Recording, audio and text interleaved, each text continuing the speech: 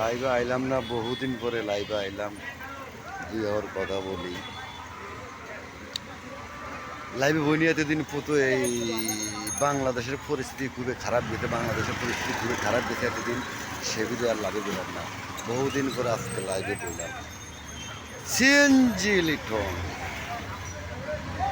তো আজকে লাইভে বললাম, এখন সিএনজি লিয়ে বাইরম। এই যে আমার সিএনজি লিয়ে বাইরম।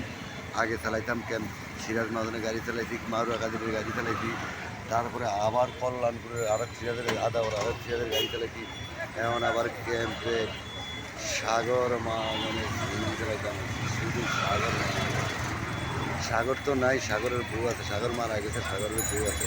কারণ সাগরের বউ দেখাশোনা করে, কারণ সাগরের বউ গাড়ি চালাতো। সাগরের বউ গাড়ি ভাই আপনার আমার গাড়ি চালান, ঠিক আছে চালাইলাম, তো চালাইতে আছি সিএনজি গাড়ি চালাইতে আছি। তো যাই হোক, পরিস্থিতি খারাপ, দেশের পরিস্থিতি খারাপ, ভয়ঙ্কর পরিস্থিতি গেছে দেশে, ভয়ঙ্কর পরিস্থিতি দেশে গেছে। সেই বিভাগের ভিতরে ইয়ার ভিতরে সরকারও চলছিল, অনেক কিছু চলছিল, পার্লামেন্টও ভাঙলো। ভিডিও করি আজকে ভিডিওটা করলাম।